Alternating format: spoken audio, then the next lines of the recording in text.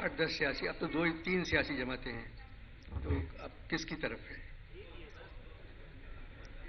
बोल दें, कोई बात नहीं, बिल्कुल कह दें। अभी एक फिल्म आई है, उसकी तरफ है, बताइए बताइए। मैं पठान की तरफ। अच्छा, जी जी, अच्छा।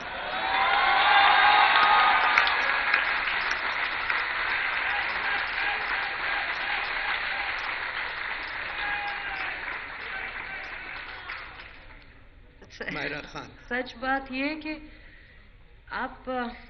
आप एक लफ्ज़ बहुत इस्तेमाल करते हैं, मैंने आपकी दूसरी भी टॉक्स देखी हैं, ईमानदारी। एक बहुत अंडररेटेड चीज़ मुझे लगता है अब इस दुनिया में है। काम से ईमानदारी, रिलेशनशिप्स के साथ ईमानदारी। मुझे लगता है कि अब हम, एटलीस्ट मैं ये देखना चाहती हूँ कि कोई ईमानदार आदमी आए, इंशाल्लाह, किसी भी पार्टी का, लेकिन ईमानदार हो। और आजकल पता नहीं, ऐसा लगता है कि जब मैं, जैसे ऑनलाइन हम अब अपनी न्यूज़ ऑनलाइन देखते हैं, इस वक्त समझ ही नहीं आ रहा कि वो क्या रहा है। आप कौन सी न्यूज़ पढ़ें, कौन सा पेपर उठाएं जिसमें कोई बात सच्ची है। मेरे 17 अकाउंट चल रहा है, मेरे 17 सोशल अकाउंट्स हैं नेटवर्क पे, और मेरे पास कुछ नहीं है। कुछ भी नहीं है, बिल्कुल। देख लो, सीरियसली मेरे पास छोटा फोन है, छोटा, उस पर हरा दबाओ तो बात हो जाती है। आपको पता है, कभी अम्मा मुझे भेजती हैं आपके कोट्स और मैं कहती हूँ अम्मा शायद ये अन्न मामू नहीं, मगर उसमें बाजी बातें मेरी कही हुई होती हैं जी, और बाजी बातें मैं सोच भी नहीं सकता। बात में उसमें मैं आपसे एक और सवाल पूछना चाहती हूँ, और ये सियासत से ही रिलेटेड है। जब पहले मैंने अपना करियर शुरू किया था तो उस वक्त ट्विटर, ये सारी चीज़ें हमारे ज़माने की हैं। थोड़ा सा एक्चुअली मेरे आने से थोड़ी देर बाद, तो मैं बहुत सारी चीज़ें लिखती थी, अभी भी लिखती हूँ, लेकिन उस वक्त बहुत ज़्यादा इमोशनल होके बहुत सारी चीज़ें लिखती थी।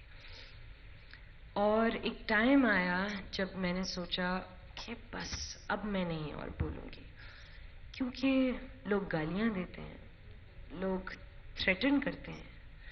आपको नहीं, सिर्फ आपके माँ बाप को गालियाँ पड़ती हैं, आपके बच्चे को थ्रेटन करते हैं,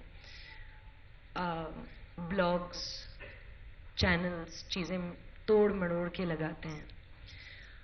तो मुझे किसी ने कहा, एक इंडियन ही एक्टर थे, उन्होंने मुझे कहा, ये क्यों तुम इतनी सारी बातें करती हो, क्या है ये? पब्लिक जो है वो तुमसे सिर्फ एंटरटेनमेंट चाहती है और कुछ नहीं, तो क्यों इस मसले में पड़ रही हो? बात यह है कि जो लोग तनकीद करते हैं मायरा जी, वो लोग दुनिया के सबसे बड़े डरपोक होते हैं। जो काम खुद नहीं कर सकते वो दूसरे को करते नहीं देख सकते, तो वो तनकीद करते हैं। तो लिहाजा उन पे तनकीद करने वालों पे ना जाए, अपना काम करते रहे आप। नहीं तो क्या आपको लगता है कि अदाकारों को, आर्टिस्ट को चाहिए या नहीं? अगर सच है तो होना चाहिए, अगर दिल से आ रहा है तो होना चाहिए। तो मेरा मतलब है अगर झूठ ही झूठ होता है उनमें तो कोई बात सच नहीं होती, तो आप इग्नोर करें उसका जवाब ना दें। बिल्कुल सही, बिल्कुल चुप हो जाएंगे।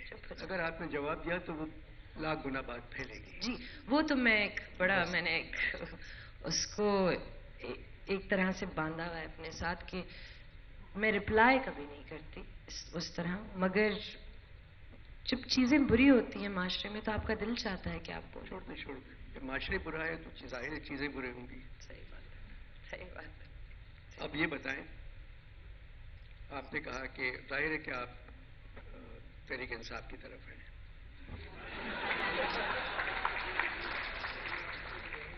क्योंकि आप तो मुझे उसी दिन हो गया था मालूम जब आप ज़ल्मी की एम्बेसडर हो गई थी। पेशावर की एम्बेसडर। नहीं, उससे उसका तो कोई ताल्लुक नहीं है, लेकिन पेशावर से तो है। पेशावर से, हाँ है, फ्रंटियर से पठान का तो जी है। जी जी, बिल्कुल बिल्कुल। आपकी टीम क्यों हारी? मेरी टीम, मुझे लगता है कि एक बहुत अच्छी टीम है, यंग टीम है, इट्स अ गुड टीम. इंशाल्लाह नेक्स्ट टाइम हम ही जीतेंगे. बहुत अच्छी टीम है. मगर लाहौर कलंदर्स गुड जॉब. ये टीम अच्छी है. की टीम ये टीम अच्छी है. और वो शायद अफ्रीका दामाद अच्छा खेला. बहुत अच्छा. अच्छा, बैटिंग अच्छी है. 44 रन बना लिए.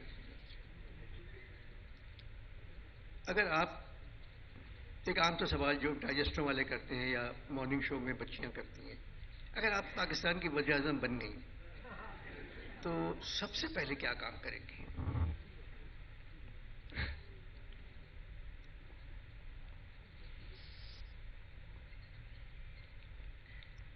कबीर साहब का एक डायलॉग था हमारी फिल्म में कायदे आजम जिंदाबाद. क्या उन्होंने किस तरह बोला था? तो उन्होंने कहा था, I don't know if I am correct, proper dialogue क्या था पूरा, लेकिन कुछ इस तरह था कि या अल्लाह कोई ऐसा मुआवजा कर दे कि सारी हराम की कमाई हलाल से फर्क दिखे. तो मुझे ऐसा लगता है कि मैं शायद यही दुआ करती. वजीर आजम होती तो पता नहीं पहले क्या करती. शायद अगर ये बात करें जी, इतनी मेहनत की कमाई करके आप ये दुआ मांगती, यही दुआ मांगती. इतनी मेहनत का काम करते